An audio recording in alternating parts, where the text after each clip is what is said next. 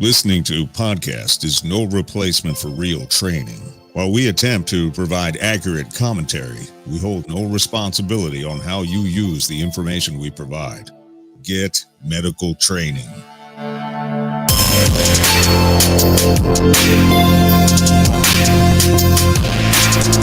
In the blink of an eye, everyday order can be replaced with once-in-a-lifetime chaos. Be prepared. This is the Civilian Medical Podcast. Hey guys, welcome to another episode of the Civilian Medical Podcast, coming to you from the quarantine headquarters of the United States here. We're still self-quarantine.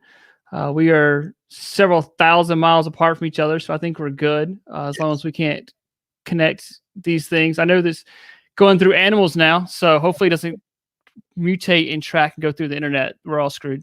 Yeah, tigers. I have so many questions about that story. I know tigers are the new hotness in America right now. I want a tiger. Like, I'm going to buy one with my stimulus check. I'm like, babe, we can combine our checks. We've got the kids involved too. Like, we can buy a tiger for real. You really can. Like, so $2,000, is that what I read? Yeah, $2,000, $2,500, somewhere around there. You can buy your own tiger. I mean, I kind of want it until I think, well, then I would have a tiger. And what am I going to do with a tiger? Like, if I can't put it on a chain and walk down the street with it, then I really have no use for it. Because I just want to be like this warlord from a war-torn country walking down the street with my tiger. But other than that, I don't want to pick up its poop or have to feed it like steak. And I want to ride like a horse. Like, I want to saddle that joker up and ride it down Main Street. Like, I live in a small town. Like, I go get coffee on that thing. Just like put like a horse and like wrap it up into the post on outside the coffee shop. I'm like, babe, we can totally do this. I'm like, but it shows the sadness we are in America that the Tiger King has taken off, and that's what we're all talking about. Have you watched it? I haven't watched it. I made it through, I think there's like 10 episodes. I made it to like 7 and I stopped. I felt really dumb and awkward. And it's like, this is embarrassing. So I stopped watching it. Man, I've avoided it. It doesn't really hold a whole lot of interest from me, but I feel like I've experienced the whole thing just through the memes and Facebook. Yes. It's crazy. But yeah, so was the tiger showing like COVID-19 symptoms in the Bronx Zoo? It had a dry cough. So they gave it a test. And somebody on Facebook, one of the gun guys said, I'm going to say this really slowly. A tiger got a test. And I'm like, we are not testing hardly anybody in the big scheme of things in the United States. And a tiger with a dry cough got a test. I'm like, that's where we're at. Yeah. I don't get it. But isn't this like concerning that an animal can have it and carry it and be affected by it? Isn't that like scary?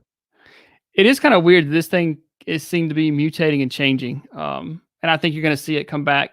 I think next year you're going to see it come back again. It changed, but we'll see. But it's kind of weird. Like, we're learning like day by day about this thing and like how much stuff it's picking up and changing. So yeah, it is pretty insane. Where do we stand now? Like, what's going on? So pretty much all the states I believe are locked down right now. I think there was a few states holding out. South Carolina was one of them. Our governor was kind of making recommendations about things closing. And then finally yesterday, as of the 6th, April the 6th, he finally shut down everything and said, only essential businesses can be open, which everybody thinks their business is essential, which is kind of funny. But you basically have to be at home or work, or you can still be with family. But they've shut down our lakes. They've shut down the public trails, things like that. So it's interesting. States are shutting down, and I think that's kind of the right thing to do personally. Instead of coming from the federal government saying the whole United States is being shut down, then I think that's the right call. I think shutting down hotspots. We still see New York State is still a hotspot. I saw some stuff this morning that said they kind of have started plateauing as far as admissions and as far as patients getting intubated have kind of plateaued there. So hopefully we're starting to see that come there. My local hospitals, one is up, like they're seeing more COVID-19 patients right now. The other one is a mile apart, and they're saying their cases are down. So it's kind of hit or miss right now. Yeah, I've actually been wanting to ask you this question. So like in my family, all my kids, they're all still working. Apparently everything is essential here. And that's fine. Like they're all working, they're all taking the proper precautions, doing curbside stuff for a couple of them. The only person in our entire family unit here that isn't working is the one that's in healthcare. This is a radiology tech, graduated nursing school, basically no shifts in April whatsoever. Apparently the hospital is just basically a ghost town, no elective procedures. People are staying away at all costs. And if this was like as crazy as everyone's making it seem to be, like, wouldn't they shift those resources instead of just being like, hey, we don't have any work for you? I mean, especially like radiology, right? Like wouldn't they be just x-raying people's lungs constantly trying to figure out? Yeah, they've really kind of stopped x-raying people though right now, just because they're afraid of how contagious it is. So, and PPE and stuff like that being what it is. So they really have. And even one of the local hospitals I know of, what's the word? Furloughed. Yeah. Yes. Furloughed a lot of people, so it's interesting that they're not moving those resources around. Maybe they're better businessmen than me, but like I would just move the resources. But yeah, so I don't know. It's a weird time that we're in right now. Yeah, it really is. I'm like, man, we see, and I've seen like unconfirmed reports and stuff of like hospital business down like 50 million. I heard a rumor that like one of the hospitals here was losing $36 million a day or something. I'm like, well, if the airlines and the hospitals, like if all this stuff crashes, that's devastating to our economy overall. Yeah, I saw that, like it was on EMS on Facebook or one of those EMS pages. They were talking about how there's an EMS service that their transports are down. It's a private service, and they're actually getting ready to shut down. And I've seen those numbers here locally. Like EMS call volume overall is down. People don't want to go to the hospital. They're like, oh, it's maybe not such a good idea to go to the hospital for a kind of a sketchy little thing that's probably okay. So our transports are down. Now we're still seeing, like in my county, I think I'm up to 20 patients in my county. Only one in my zip code, but transports are down because the federal government is giving relief to counties for emergency services, things like that. So we added an extra QRV, a quick response vehicle, to my system. And I was like, hey, why don't we add an extra ambulance? I mean, if the federal government is going to reimburse us for grant money, we need another ambulance anyway. Why don't we look at doing that? And we started looking at the numbers, and the data doesn't support it. Like the call volume's not up. I was like, that's interesting. So I was not expecting that. I figured call volume would be going crazy, and it's not. They've kind of seen, we've had a couple of cases where people aren't telling the truth when they call 911 either, that the 911 dispatcher's asking you, do you have a fever? Do you have a cough? Do you have anybody, have you been exposed to anybody who has COVID-19? And they're like, no. And they get there, the crews walk in like, oh yeah, I have a fever. I got this cough. And my cousin next door has COVID-19. And like, dadgummit. So luckily every time that's happened, the crew has had the proper equipment on, but it's still, people are lying. And I guess because they think EMS is not going to come out there to them. Yeah. It is kind of crazy. So in Colorado, we do have a stay-at-home order in place, essential businesses only. And but then they encourage everybody to go, Colorado's big outdoor, or Colorado Springs, I should say, big outdoor place. They're like, go to parks, go to walking trails. They closed campgrounds and things like that, but like all the trails and everything, and they're encouraging people to get out. And then, so people are going to parks and stuff and, observing proper social distancing. And then all the Karens are out there like calling the police on them constantly. So our 911 service is overloaded with people reporting people that are not social distancing properly. And it's just all kind of crazy. Then the governor found out that Hobby Lobby was doing curbside service, and Joann Fabrics was doing curbside service. Like you would order online and then go to the store and they would bring it out to you. The attorney general drafted a warning letter to all of them, requiring them to close down. 3 days later, the governor comes up and says, we're recommending that everyone who's out in public wear some form of mask at all times after we have a big, huge surgical mask and N95 mask shortage. And then he recommends that everyone wear masks, and everyone's like, well, the places that we could buy the cloth to make our own masks are now closed because of your administration. So it's kind of a disaster here in Colorado. Our governor is failing pretty epically, in my opinion. But yeah, it's kind of a crazy time. Like I do worry that the cure is a little bit worse than the disease in some cases. Maybe isolate and quarantine the people who are at risk for this, and not destroy the economy. I don't know. I guess that's probably for a different show, but it is kind of a crazy time. Yeah, that's what I want to put on my Facebook page. I'm like, you can be concerned about COVID-19 and be concerned about the economy and be just fine, like be in the right. I am definitely concerned about COVID-19, but I'm also concerned about the employment rate, the economy. I think this is a big deal. I think I'm probably one of our mutual friends who's in the gun industry posted on his personal page and said that this is not self-sustainable. Shutting down these businesses like this is not. It's not the right thing to do, because if you lowered the speed limit to 30 miles an hour across the country, you would save millions of lives every year. I'm like, you're right, but that's not sustainable either. So we don't do it. Yeah. So I think it's a fine line between public safety, public health, and small businesses and the unemployment rate. I don't think the unemployment rate is going to come back anytime soon to what it was before. Yeah, pretty scary. And I told someone yesterday, I said this is signifying almost the death of the American middle class. All those people that have scrimped and saved to open restaurants and small entrepreneurs and things like that. This is a devastating thing to all of them, and it's not something that we'll quickly recover from.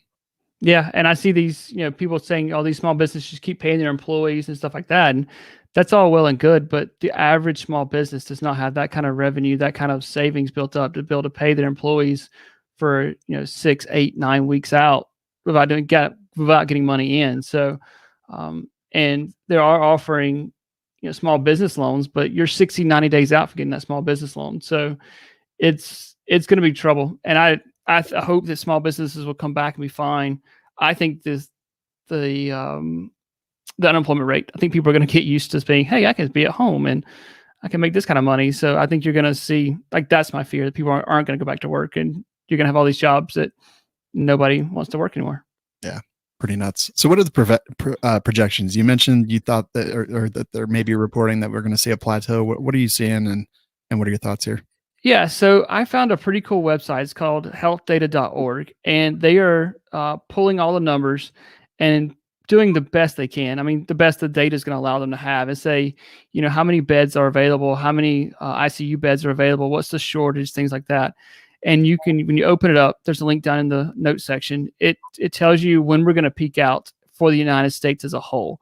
And currently it says 8 days. April the 15th, we're supposed to peak, and then it's going to drop off pretty dramatically. But you can click on, like I was going to click on United States and scroll down and go to South Carolina, because we usually they just updated numbers and said now South Carolina is going to be okay, that we're going to have enough beds available, that we're going to have enough ICU beds available, we're going to have enough ventilators available. So what our governor is doing, and people have, he's caught crap there as well, because they thought he should have shut down the state sooner, and he kind of took baby steps, and it's like, all right, let's shut down this, let's stop doing this, and kind of took baby steps. And now we're showing that we're going to be okay. And it says that we're going to peak out in 17 days, April 24th. And it can tell you how many deaths per day you're expecting for your state, and how many total deaths you're going to get. So right now it's showing total deaths for South Carolina for 442. So it's a pretty cool website to kind of give you an idea what the numbers look like for your state, your area. And I will, they're saying that this next week or 2 weeks is going to be important. And they've been saying that for since we've been recording this series, to get to that 90,000, 120, 200,000 death in the United States, things are going to have to get a lot worse. And they may, and I hope they don't. I say that when I don't want it to, obviously, but right now our numbers, I think we're 10,000. Is that what I saw in the United States currently? I'm on Colorado. Let's see. United States total, let's see, where is this? Deaths per day. Projected 3,130 in the United States. 3,130 deaths projected on April 16th.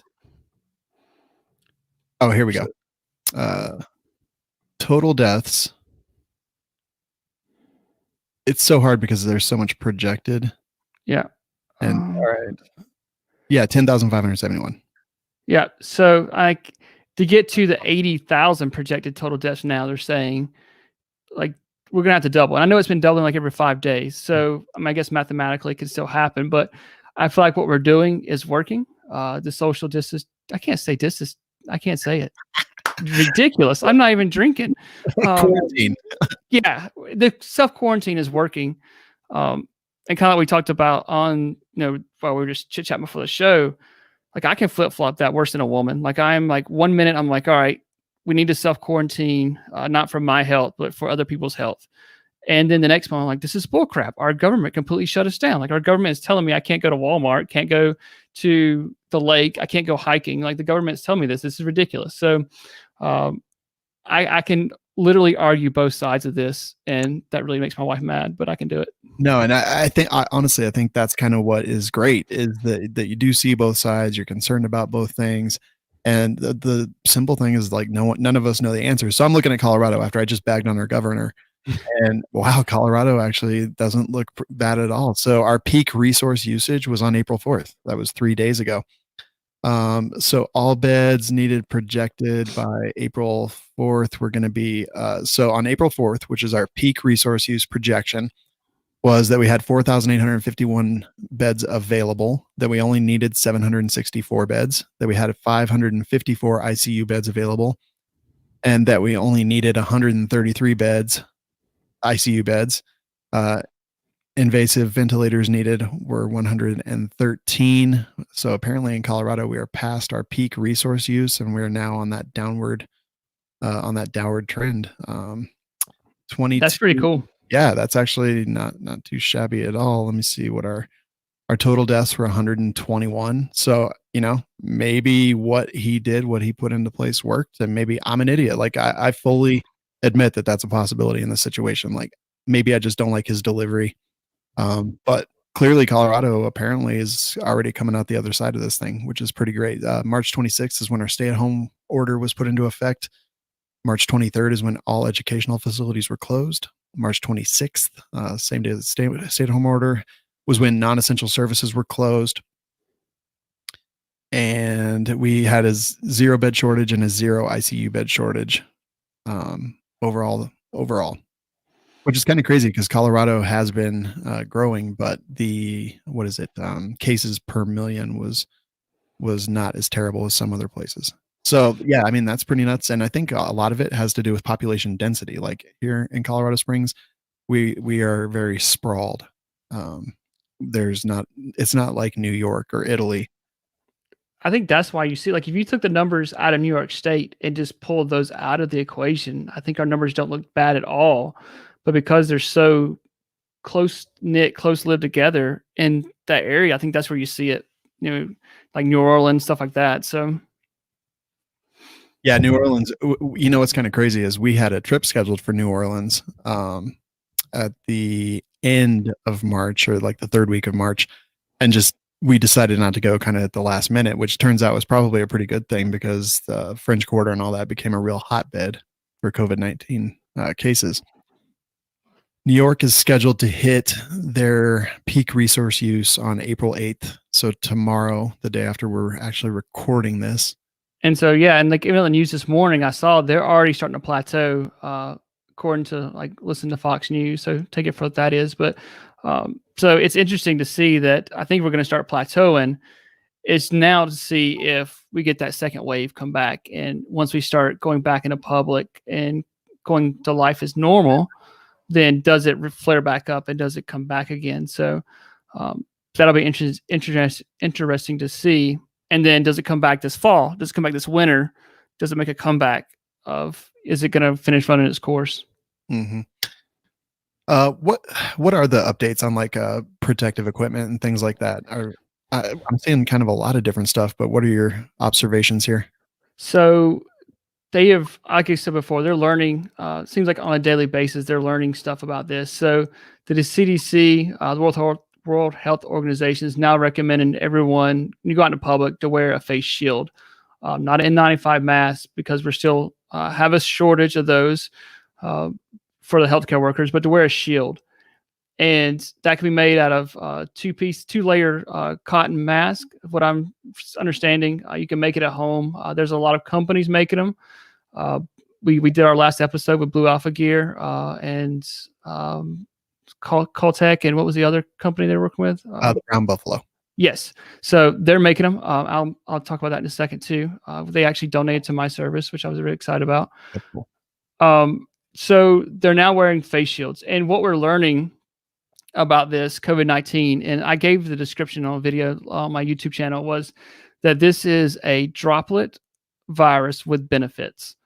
And like Candace started busting out laughing when I said with benefits. I was like, it's true. But if you think about like a little kid playing with the bubbles, like a bubble maker, and they blow bubbles out into the driveway, those bubbles kind of hang out and they slowly start to fall to the ground. They land on the ground, they break open. Some of them stay intact, things like that. It's the same thing with COVID-19. As we breathe out, those bubbles kind of hang out in the air. They don't float away and up out in the air like a airborne virus, but they kind of hang out there. That 6 feet away, just kind of hang out. And then they slowly fall to the ground and they live on surfaces. And then finally they bust apart like the bubbles do. So if you think about this as the bubbles, and that's what we're living with. So that's why they've now said the face shields.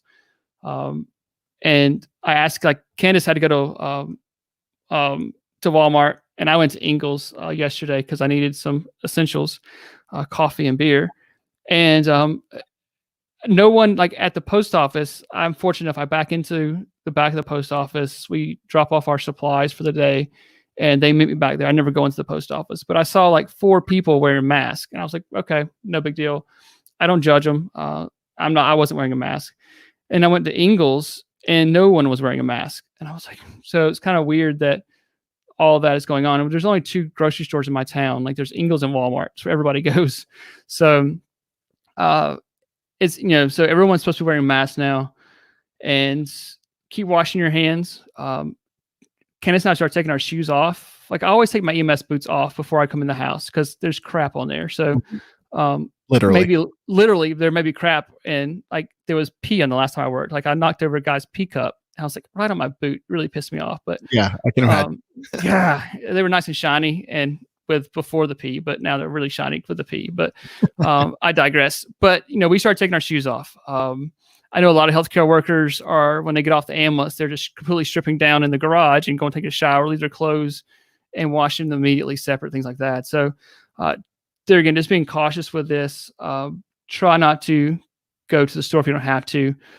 Keep it that 6 feet away, and just be smart about it, like you were doing anything else. But the mask. So I had Olight, which is a flashlight company that I work with, and Blue Alpha Gear is a belt company that we both work with, donated masks to me, about 250, maybe close to 300 masks. They were not N95 masks, just the shields. They were shields. So I turned around and donated those to local first responders. That's kind of, I say that not to brag, but to brag, because I've been catching a lot of crap about it. And they're like, you should be doing more for this. And I'm like, I am doing stuff. I'm just not bragging about it. So I guess I'm going to start bragging about it. That, hey, I'm donating stuff and putting it out there. So I appreciate both those companies donating to my local first responders. Yeah, that's actually very cool. I want to talk about people's use of protective equipment, or rather, I should say people's misuse. So just like you said, we went to the store the other day. So I am 16 days now, 16, 17 days post any kind of symptom from when I got sick. Again, don't know what it was, but I self-quarantined myself. I never had to go to the hospital. I never went to the doctor for anything because they recommended not to. And I recovered from whatever I had, maybe just the flu, who knows? I don't know. But I quarantined myself because I thought it was the responsible thing to do. I was like, if I go to the store and grab a can of soup and decide I don't want it, put it back, and I have germs on me that kill a 90-year-old woman, like I can't live with that. Like that's awful. I don't want to be that guy. So went to the store the other day after our governor's recommendation that everyone wear masks, and maybe 10% of people were wearing any kind of mask. But what we are seeing is a lot of people wearing gloves and wearing masks. And I'll see people and they've got gloves on and they'll be walking down the aisle and then they'll grab their phone and they'll look at their phone and they'll adjust their mask and touch their face and put their gloved hands back on the cart. And then, maybe if they're walking out, they take the gloves off and throw them in the trash can, even though I've never actually seen anyone do that. So then they're going over, they're getting the car keys out of their purse or their pocket. They're opening the car. Like this is not how gloves should be used. Like, how should gloves actually be used if you don't want to transmit any kind of virus or germs or bacteria or anything like that? So you got to stop touching stuff. Stop touching your phone. Stop touching your car keys. Like, you got to take your gloves off before you touch any of that stuff. And you should be washing your hands and using hand sanitizer at the very least before you start touching that stuff. But you're absolutely right. We've seen it. Me and my Candace were laughing because we were like, people are just touching everything with these gloves. And I'm like, stop. Yeah. You're just spreading this stuff. And it gives you that false sense of security. That's what I think is building up. And I think the mask is all right. I can see that. We talked about before, even before the recommendation, I was like, if you're sick with cancer or you have a low immune disorder, things like that, then you should be wearing a mask. So I get the mask, but the gloves thing, you're right. Like, people are touching like fruit, touching cans, and we're seeing this lives on surfaces for a long time. So Kenneth and I even talked about that. They're like, who all touched this can of green beans, or who touched these apples before I go to put this apple in my mouth? And yeah, people are wearing gloves like crazy, and it's insane. It really is. Yeah. So if you're going to put gloves on to go into the store, and so, I mean, I've got like cases and cases and cases of gloves. So I'm using them like nobody's business. But so I am a firearms dealer. I've had lots of people coming in and doing stuff, and I only allow one person in at a time. I do appointments. They come in. I have a tablet that I glove up. I don't touch anything. I open the Clorox wipes. I take the wipe out. I disinfect the tablet. I go set it in a room that I've also disinfected all the surfaces that my customers would be touching. When I have those gloves on, I don't touch anything that could possibly have anything on it. I don't touch my face. I don't touch my phone. I only touch the tablet and the Clorox wipe. Once they're done, they hand me the tablet. I disinfect it again. I set it down. And before I go back to my office, I take my gloves off and I throw them in a trash can outside my office. Then I can do what I need to, submit their background check on my computer. And then I will stand up, I hand sanitize, I put gloves on again. I go back out there. I have them sign whatever they need to sign using a pen that I also sanitized. And then they leave. And when I have those gloves on, it's like if you just cut up some chicken breasts. Like, I saw that meme. It was like, if you cut up some chicken breasts, what would you touch with those gloves afterwards? Nothing. You would touch nothing. You would touch nothing that you care about. And that's how I think we all need to understand that that's how gloves work. Like, if you go and you put on gloves and then you go into Walmart, like, don't touch any of your stuff that you're going to touch after you take those gloves off. Like, I disinfect my phone probably 5 times a day now. Just, Lysol wipes, just wipe it all down. And yeah, just too much. And then, so for the mask orders or the mask recommendations, this is to prevent people who are symptomatic really from spreading it, because the cotton mask isn't going to do a whole lot to prevent us from getting it, but it's going to do a decent job because, like, you use that bubbles thing, and that actually really makes sense. But hopefully it's going to prevent, if you cough and have those droplets, the respiratory droplets that come out, hopefully that mask will catch them. So all of us wearing masks is just so that people who actually have it and the people who are actually positive for coronavirus, COVID-19, whatever it is,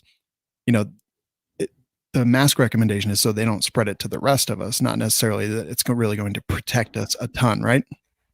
Exactly. And like you're talking about the pen thing, like when I'm working in MS, I carry my own pen, and I have 2 pens. I have one that I use and one I give to patients because you have nasty stuff on your hands. So the pen I use to sign stuff with or do stuff with is not the pen you get to sign with. And so I went into a store yesterday to buy some adult beverages, and I handed the guy my credit card. He's wearing gloves, so he's just quit touching his phone. He was on his phone, gets off the counter, wearing his bright orange gloves. He touches my adult beverage and puts in a bag, and then touches my credit card, touches the computer, and then hands me a pen. And I was like, I have my own, thank you. I'm like, I don't need your pen. And I signed. I'm like, because you said, like, he just literally touched everything within a 15-foot circle. And now he wants to hand it to me. And I'm like, no, I'm good. I've got my own. I'll sign with my pen. So people, if you're going to wear gloves, that's fine, but you got to change them out. Like you said, like, you touch something, you're like, all right, I don't want to touch anything else, and you're going to touch your face. You're going to adjust your mask because those things are uncomfortable. You're sweating. they get the humidity's building up into them. So just wash your hands. Like use hand sanitizer and wash your hands. Yeah. So I had a guy come in to do a background check yesterday. Really good friend of mine, actually, for a very long time, and he was wearing a mask, but he wasn't wearing gloves. And he came in and he adjusted his mask, I would say about 762 times in the time we were sitting there. And he actually brought it up. I'd observed it, but I wasn't doing it. I wasn't going to like point it out or anything, but he's like, geez, I don't even know why I'm wearing this thing. Cause and I asked him, I was like, are you symptomatic? And he said, no. And I said, oh, well, I don't either then actually. Cause I wasn't wearing a mask, but I was keeping social distancing protocols. Mm-hmm. Tablet down after I disinfected it, walked back over. At this point I had one glove on. That was my clean hand. It was the only thing that I was interacting with anything that he had touched. And I had my other one so I could type on my laptop, which I brought out there as well. And it was just kind of, like he even pointed out, he was like, yeah, I'm not using it. So all I'm doing is imploring people, if you're going to use personal protective equipment, if you are smart enough to have it, if you're lucky enough to be able to find some, like use it correctly. Don't forget that the bubble analogy that Skinny Medic used, that's kind of how this stuff is transmitted. If you're symptomatic in any way, shape, or form, and you absolutely have to leave the house for some reason, make sure that you're wearing something that's going to protect other people. And if you have gloves that you're going to use, like pretend like you just cut up some chicken breasts and you're trying not to give people salmonella, treat it well. Don't use this security theater that, we talk about it in the gun industry a lot, security theater. And it's the same thing here. Don't get this extra confidence that's completely undeserved because you feel like you're wearing Captain America's shield on your hands. It's just not how it works. Like use your head, don't touch your face. Right. And when you're taking your mask off, like you shouldn't be touching the actual cloth part. You should be touching the ear loops, things like that, pulling it off. And like, you don't want to slap it off either because you're just throwing those particles away. So take it, reach and grab by the ear loops and pull it off. And make sure you know which side you're putting to your face because you don't want to put it on one side of your face. And then you go out an hour later and you're like, which side was that? And you put the opposite side closest to your face. So you're asking for trouble. So just be careful taking it off and on and where you're touching it and keeping it clean. Yeah. Seen a lot of people wearing the surgical masks, but they don't know that they expand. So they're just wearing the thin strip. It's like a face G-string. Nice. Right. Kind of interesting. There's been some fun pictures pop up on Facebook of people wearing face masks and stuff. So that's been kind of fun. Yeah. Like apple juice bottles that they cut holes in. Yes. Like there was one on Lowe's, like just like had a huge plastic container over her head. And I was like, I mean, entertaining. Yeah. Honestly, if she's symptomatic, it's probably doing a lot of good for the rest of us. It's doing her zero good. Right. Antibodies. Like where are we at? Are they testing this yet? Like, is this even a thing? So they are starting to test them. I saw that you could buy, it was either 20 or 25 tests. This is for like an EMS service, things like that, or a healthcare doctor or whatever. But you could buy 20 or 25 tests for like $400, which Candace and I was like, if we go in together as a family, that's not a bad buy, honestly. Like you could test, that's $15 a person, something like that. So this is some pretty cool stuff. I actually had to go to see a PA. I had some, had a rash pop up. So I think it was like poison ivy from the dog because she likes to roll and stuff. And then, so I got it, Gage got it, and now MJ has it. So I went to the doctor and she was like, hey, you have a rash. And I was like, yeah, I just need the cortisone cream I'm using is not working. Like something a little stronger. And I need some prednisone because it's spreading near my eye. And I was like, I just need you to write me a prescription. She's like, okay. So, and we were talking about this and she was like, it would be cool if we had the antibodies test to go ahead and while you were here for something totally irrelevant to test it and see if you've had COVID-19.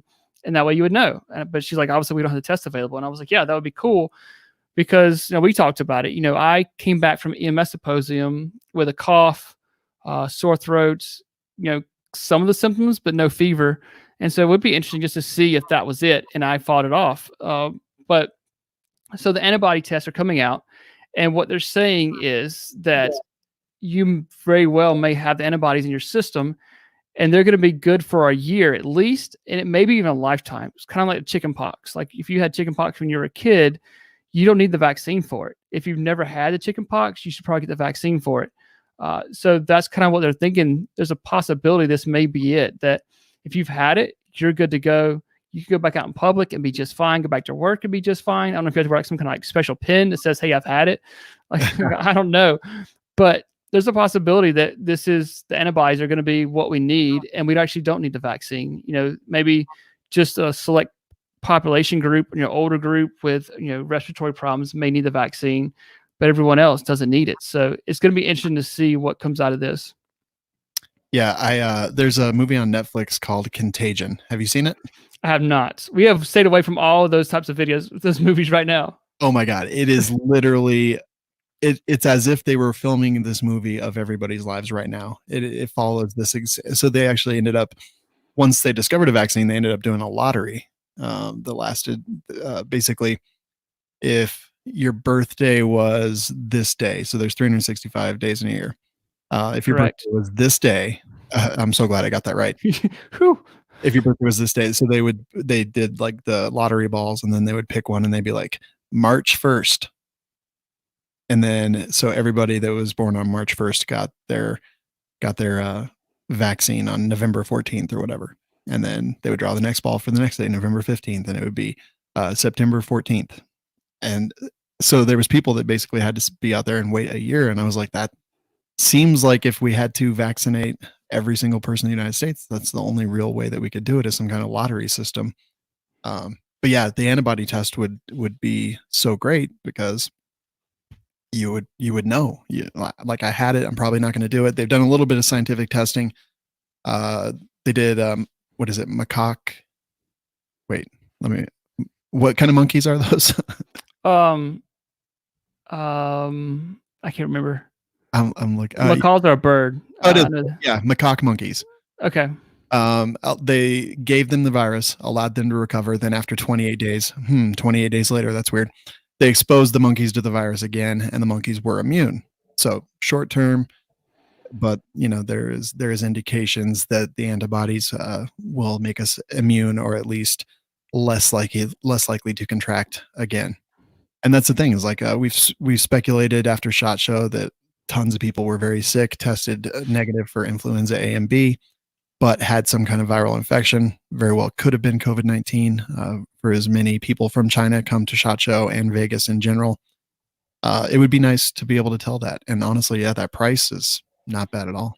Yeah, and that's kind of what we, it seems expensive, but if you divide that to a family, then, it's not that bad, to get tested and know that, hey, we're good. We can go out and don't have to worry about catching it, things like that. So, we've said before, like I'm concerned about the vaccines because we haven't had a lot of field tests or things like that. So what happens to say, oh, this actually was causing us cancer. This caused your grandkids to have 3 toes and stuff like that. And I doubt that's going to happen. But I'm always super cautious about stuff getting rushed. So the antibodies I think that's a cool thing. And so if we get more of those tests out to say, either at home test that you could mail order and it gives you a red or green light, positive or negative, you're pregnant or not.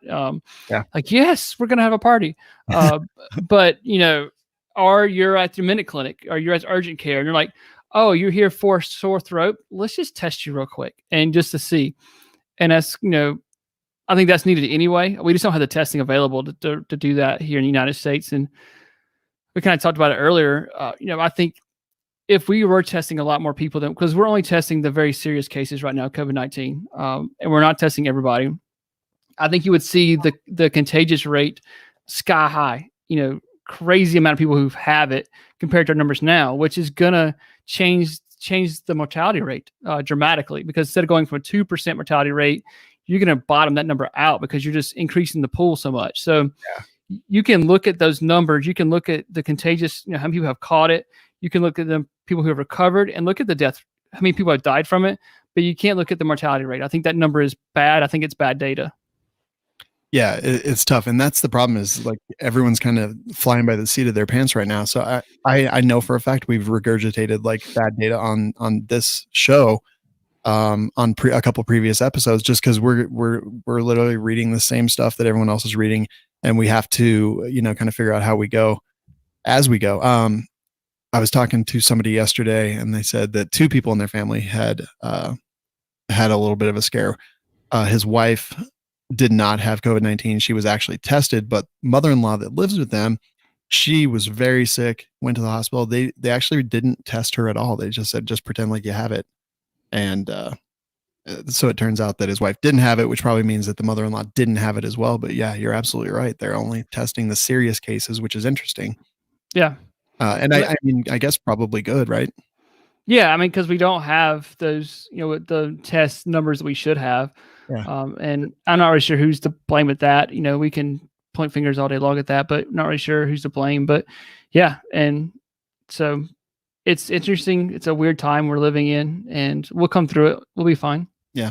I mean, it's not like we're wasting tests on tigers and stuff like that. Like, yeah, I mean, we're totally not wasting tests and things like that. It's ridiculous. Did 3M have some drama? Did I hear about something like that? Yeah, so I want to, if I put this in our show notes, because I saw it and I was like, that's pretty interesting. So 3M makes N95 masks, or they're making N95 masks, and they're making 10 million a week right now. I believe my numbers are correct on that. Sure. Like a freaking lot of masks, and yet we're in shortage in healthcare field. So what was happening is 3M has 20 distributors across the country. I believe my numbers are correct. If I'm wrong, someone will point them out. But I believe there's 20 distributors for 3M for N95 masks across the country. And so, say like me, I would go to that distributor and go, "Hey, I'd like to place an order for 500 N95 masks." And they're like, "Oh, we're back ordered for 8 weeks. We'll take your money and we'll ship them in 8 weeks." I'm like, okay. And so then what? China or Italy or France or whoever comes up and says, "I have cash. I'll pay $7 a mask instead of $5 a mask and have cash right now." And these distributors were selling those masks overseas and skipping out on the US based companies. And so they got busted for it. And now apparently 3M has stepped in and said, "Hey, we can't do that anymore." So they have stopped it apparently as of right now. But I think that's pretty shady of those distributors that were doing that, not keeping America first, keeping our healthcare providers first, and selling it overseas for more money for all about $1. And I think that's pretty dirty. I think it is too. And the weird thing is I see this one from both sides too. I'm like, hey, you know what? They're a company. They're like they're doing what is best for their shareholders and their bottom line. And, sometimes that is not what's best for Americans in America. But at the same time, I'm like, you dirty, dirty bastards.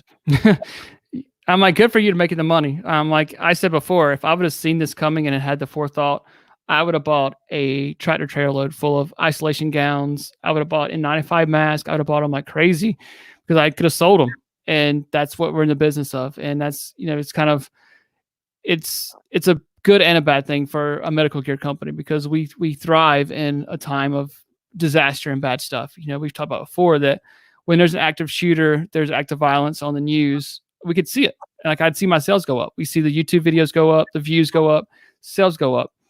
And now with COVID-19, we're seeing the same thing. And, but if I would have known, heck yeah, I'd have bought it. I'd have spent $50,000 on N95 mask and I'd have bought a Humvee and made the tag N95 or something. But, I'd have rolled up with Range Day in my own custom Humvee in the tag, it's like an N95 mask on the front of it or something. But, you know, Bearcat, not even a Humvee. Yeah, I could do something. I could just full body armor, fully armored, wrapped up and have like this wrap on it with N95 mask. But we didn't know, and everyone downplayed it, and I was wrong. There was a lot of people who were wrong about this thing, and Dr. Drew says he was wrong, because he was like, everyone's kind of overhyping this, and I actually saw a thing him yesterday. He was like, "Yep, I was wrong." And yeah, I went to my EMS director when this first hit, and he was asking me what I thought about it. We were just kind of shooting the breeze, and I said, "I think it's stupid." I was like, "I think it's going to be in China. They're going to have a big deal about that, and it's going to go away." I said, "Maybe it hits the UK a little bit, but no big deal." And then I saw him like a week or two ago, and I was like, "Hey, about that, I was wrong." And he started laughing. He was like, "We're all husbands. We've been wrong before." And I was like, "Yes, we have been wrong before." So it caught everybody off guard, and whether that's who's at fault for that, I don't, we can point blame wherever, but we didn't really know the true numbers coming out of it till it hit, the UK, hit Italy. And that's when we're like, holy crap, this is bad. And I think we were behind the 8 ball then. Honestly, a lot of your data at the very beginning was based on what China was admitting. And I think that it's pretty commonly known at this point that China handled this very, very incorrectly. They lied, they hid data, they hid evidence. They have been complicit in spreading this to the entire earth. And, I think the international community needs to hold them accountable in some way. I don't know what the answer is there, but yeah, I mean, a lot of our initial stuff was based on what China was telling everybody, which turns out now to be pretty much complete fabrications. So it's not surprising that we thought it wasn't as serious as it turns out to be, because the data we had was faulty.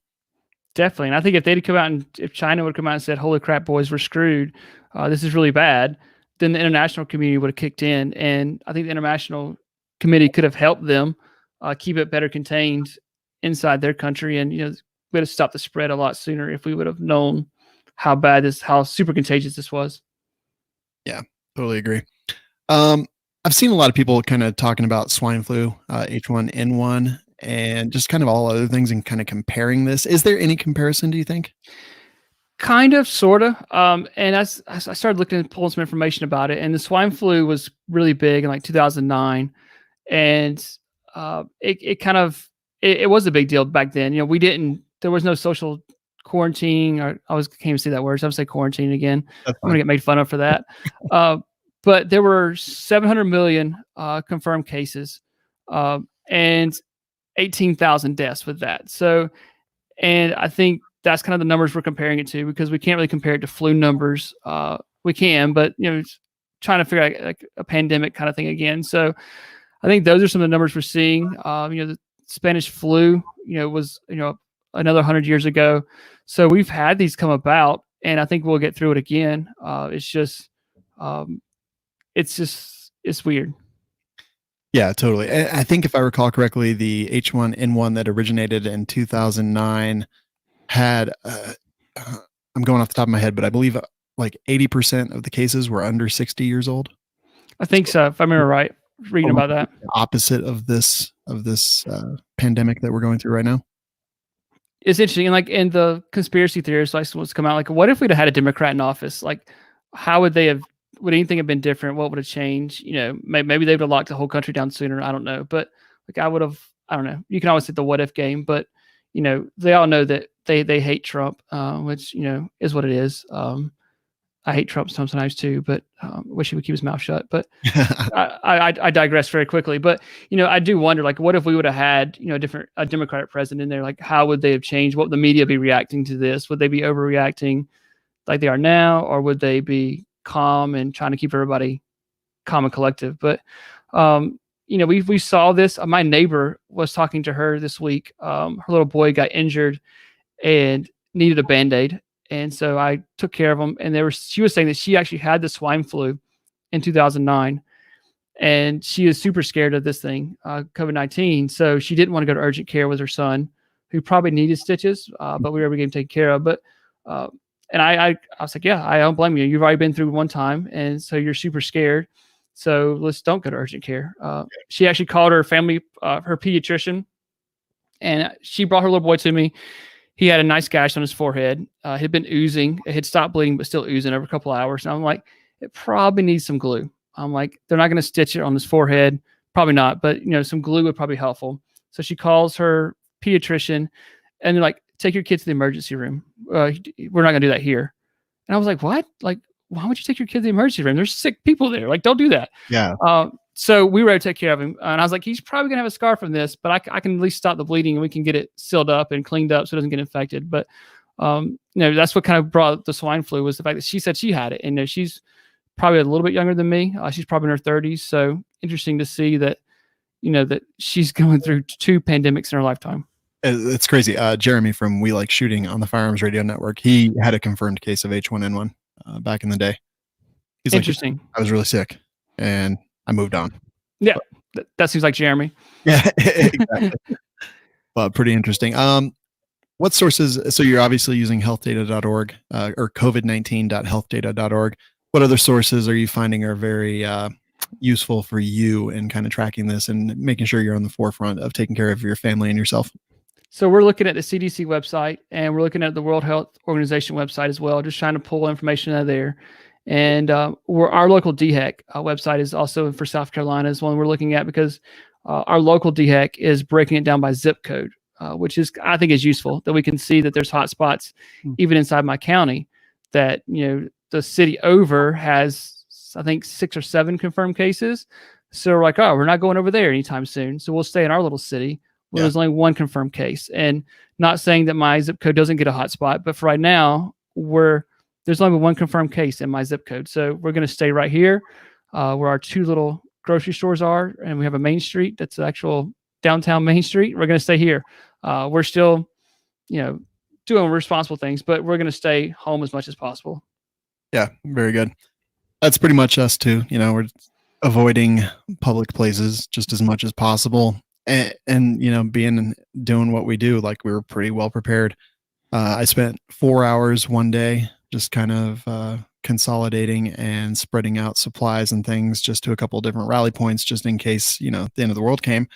But other than that, like food, water, medical gear, like security, like radios, like we were pretty dang well set up. And have you been studying for your ham license?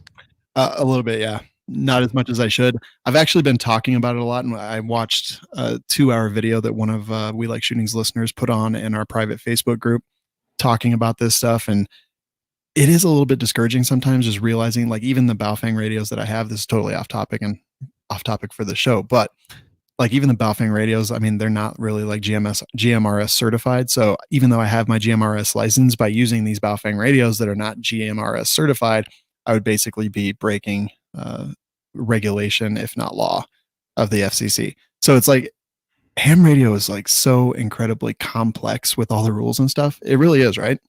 It is. And so that's kind of what, like, I brought it up because give our listeners a little bit of background. Sean and I both have been talking about getting our ham license for me a couple of years, and you say been about the same thing. So a Facebook group, a buddy of mine popped in and said, hey, while we're in quarantine, let's get our ham radio license. So he already has his. He's been given little study guides and things like that. So I've been studying, and I've been taking the practice tests, which the last couple of days I've passed every single practice test. So I'm super excited about that. But I think it's something that's useful in emergency operations. Emergency communications are important. So listening to what's going on across the world, even locally with ham radio, is something pretty cool. I think it's a neat tool to have, another toolbox. So that's one of the things we're focusing on during this. Is all right, let's learn from it. What can we do to improve our situation? Yeah, for sure. You and the lovely Mrs. Skinny Medic have also been doing a lot of videos on it, just like how you guys are kind of responding and like what life's like and stuff like that. It's the craziest thing. I put her in the thumbnail and the video gets twice the views. I don't know. Like, it's the weirdest thing. But and at first Candace was like, we got to do a video. God, I don't want to do it. But then I turned the camera on and she talks for 10 minutes. I'm like, you like it. Shut up. Yeah. But so we've been doing a weekly update, and we're trying to get more organized with it. Like, she took a little video while she went to Walmart, and like, all right, during the week, make little quick snippet videos so we can kind of put those in. So it's not just talking, kind of make it a little more interesting, but everyone seems to be really enjoying those videos, kind of figuring out what we're doing in our boring little small town, but it kind of gives everybody a perspective of what's going on across the country, I think, too, and not, what's on the mainstream media. Yeah, I totally agree. I'm enjoying them as well. And people should go subscribe to the Skinny Medic YouTube channel. MedicalGearOutfitters.com is where they can buy supplies. You guys still running, and I assume essential, correct? Yes, we are still considered essential. We still have essential employees that we need to have to send orders out. I've been in the shop pretty much every day the last couple of weeks packing orders, which I'm not used to. And I've screwed up some orders. So people are like, hey, I'm missing this. And I'm like, dadgummit, that's my fault. I remember packing that one.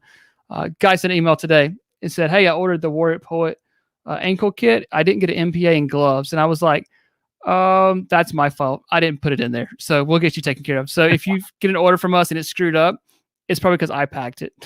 Perfect. that makes so much sense. No, that's awesome.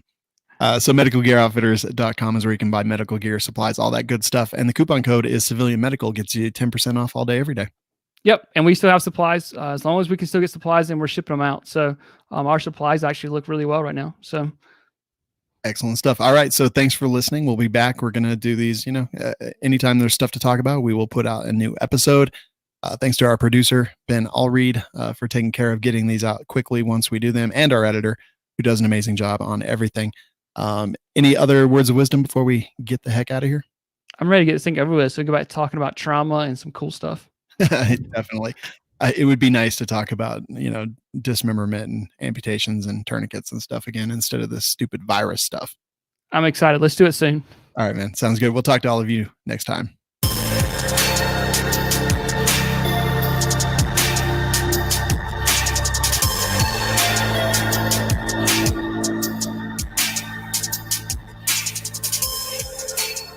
Find us and subscribe at civmedical.com.